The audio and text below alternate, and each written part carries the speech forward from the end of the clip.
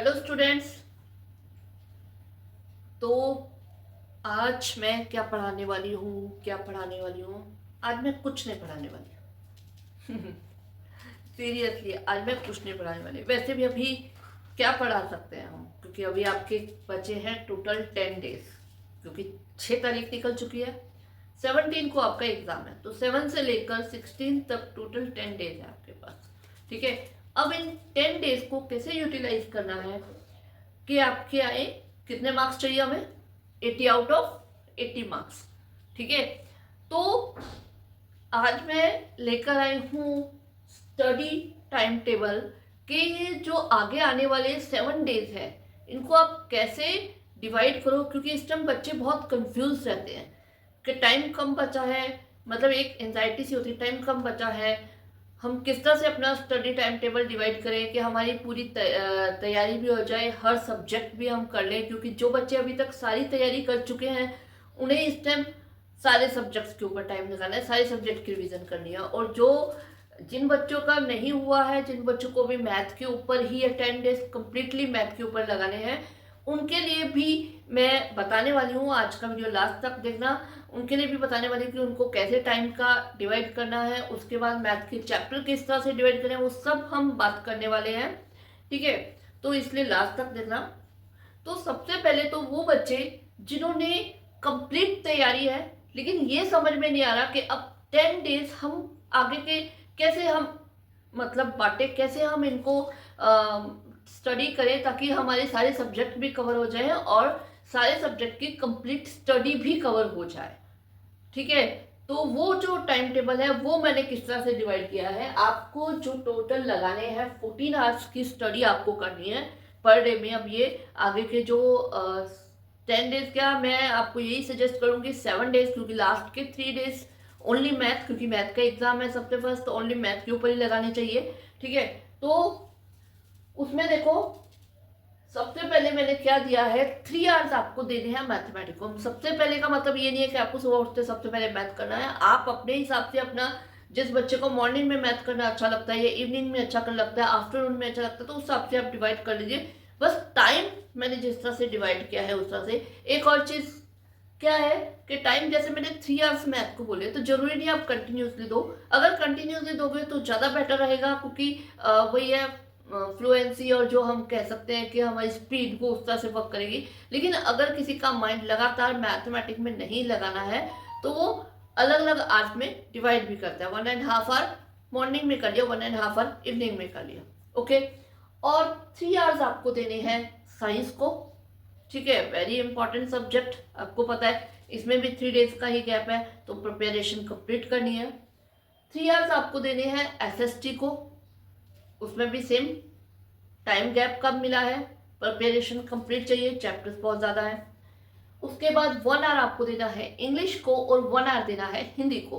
और जो बच्चे कह रहे हैं कि मैम इंग्लिश और हिंदी को मैं टाइम देने की नीड नहीं है, हमारी कंप्लीट 80 आउट ऑफ 80 की प्रिपरेशन कंप्लीट है, तो वो इसे स्किप करके बाकी मैथ और साइंस में इस टाइम को बांट सकते हैं।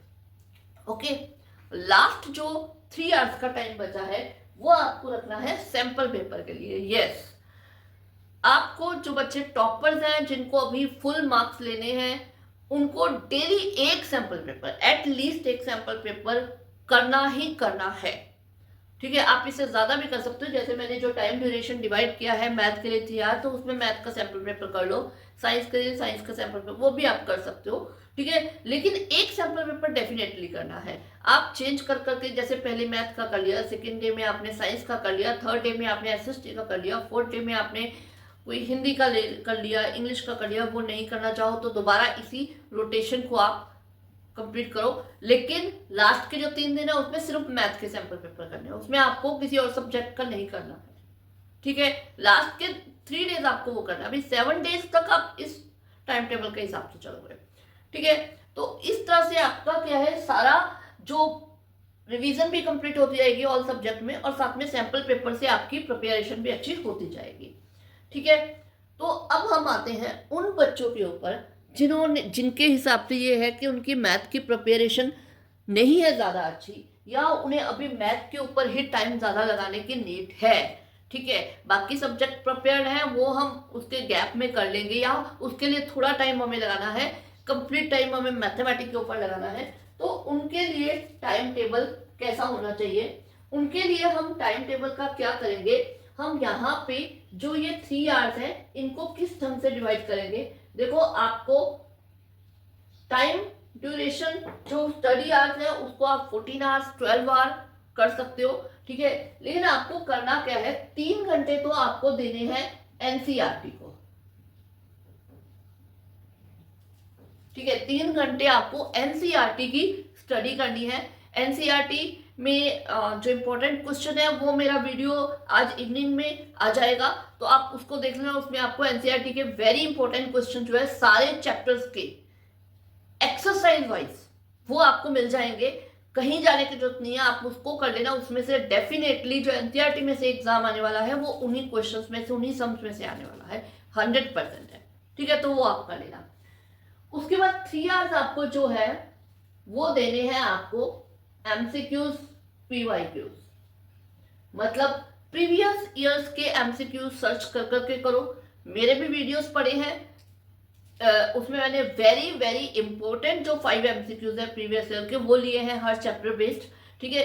एक्सेप्ट दिस आप बुक्स जैसे ओसवाल या कोई फाइनल एग्जाम्स वाली कोई भी बुक आप लेकर आए हो, उस बुक्स में से आप उठाओ, हर चैप्टर वाइज उठाओ, या फिर आप एक साथ उठाओ। एमसीक्यूज पीवाईक्यूज आपको प्रिपरेशन करनी है 3 आवर्स, क्योंकि ये भी बहुत इंपॉर्टेंट पार्ट है हमारे स्टडी का। उसमें आप एक केस बेस्ड क्वेश्चन भी साथ में ऐड कर लो, ठीक है।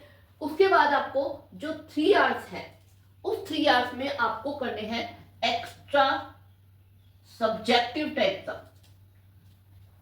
सब्जेक्टिव टाइप समझ में आ गया, कंप्लीट सॉल्व करने वाले जो एक्स्ट्रा सम है। जैसे कि देखो पॉलिनोमियल चैप्टर है, इसका आपको नहीं, आपको एनसीईआरटी में से क्वेश्चंस नहीं मिलेंगे। अल्फाबेटा वाले क्वेश्चंस आते हैं जो आपको आरडी में या फिर आपको अदर बुक्स में ही मिलेंगे, ठीक है। तो उसमें से कर लो। तो आपको जैसे चैप्टर वाइज आपको एक्स्ट्रा क्वेश्चन की नीड है वो आप कर लो उसमें से, ठीक है। 3 आवर्स आप उनको कर लो, 1 आवर आपको।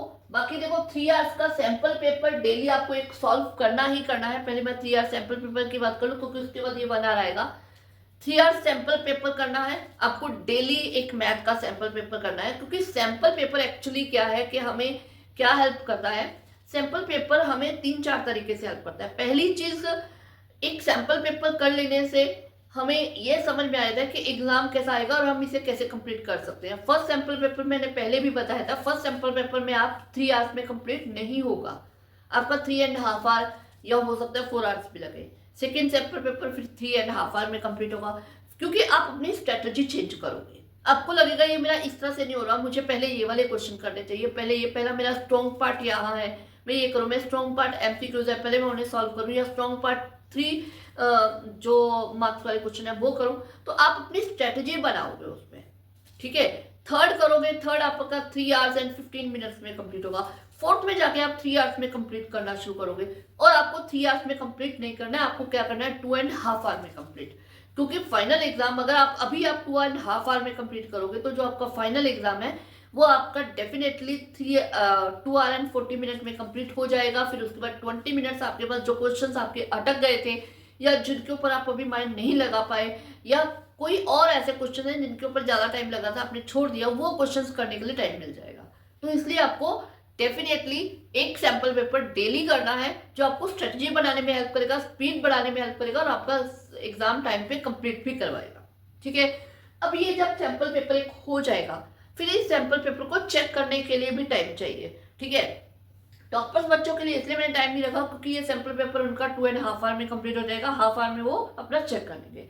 आपको उसको अच्छे तरह से, वो कहते हैं ना गहन अध्ययन करके उसको चेक करना है, उसके लिए मैंने 1 आवर रख दिया है। आप हाफ आवर में कर लोगे तो बहुत अच्छी बात है, अपना स्टडी टाइम कम हो जाएगा, ठीक है। फिर उसके बाद 1 आवर में उसी के अंदर जो आपने मिस्टेक्स की हैं या जो सम आपके पूरी तरह से सॉल्व नहीं हुए, या आपको ये समझ में आ रहा है कि ये टॉपिक मेरा मुझे क्लियर नहीं है, मैं नहीं कर पा रहा हूं इसके सम, तो वो सम आपको इस 1 आवर में आपको करने हैं। कि आप सैंपल पेपर जिस दिन करोगे उसका पूरा जो आपको उसका रिजल्ट निकाल के पूरा जो सॉल्व करना है उसको, उसे जो भी करना है वो आपको पूरा इसी दिन सेम सेम डे में कंप्लीट कर लेना है, ताकि next day next sample paper. Okay, तो जिनको मैथ की प्रिपरेशन मतलब चैप्टर्स आते हैं लेकिन ऐसा लग रहा है कि हाँ बस पास हो जाएंगे, लेकिन उनको अच्छे मार्क्स लेकर आने हैं, इवन आप 90+ लेकर आ सकते हो, ठीक है।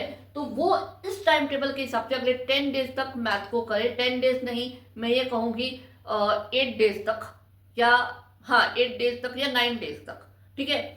10 आगे के जो लास्ट के जो 2 दिन है उनका मेरा अलग से मैं टाइम टेबल एक देने वाली हूँ कि आपको कैसे पढ़ना है मैथमेटिक्स को, ताकि यू नो मैक्सिमम आप गेन कर सको।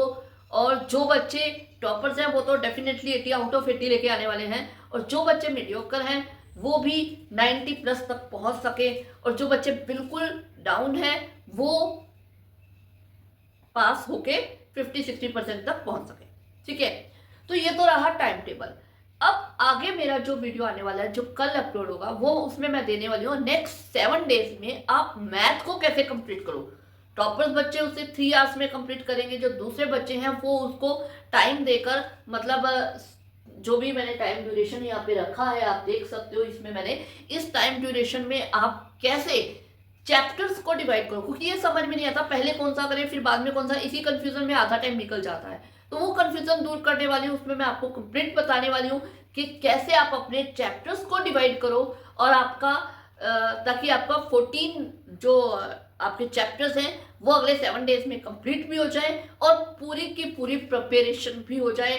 क्योंकि अगर ये पूरी प्रिपरेशन हो जाती है तो सबसे पहले होता है कॉन्फिडेंस बिल्डअप होता है। जो कॉन्फिडेंस होता है तो उससे 50% पेपर तो ऐसे ही ठीक हो जाता है सीरियसली, क्योंकि हमारी नर्वसनेस, हमारी एंजाइटी, हमारी टेंशन, ये हमारे एग्जाम को बहुत खराब करती है, तो वो हमें नहीं करना है।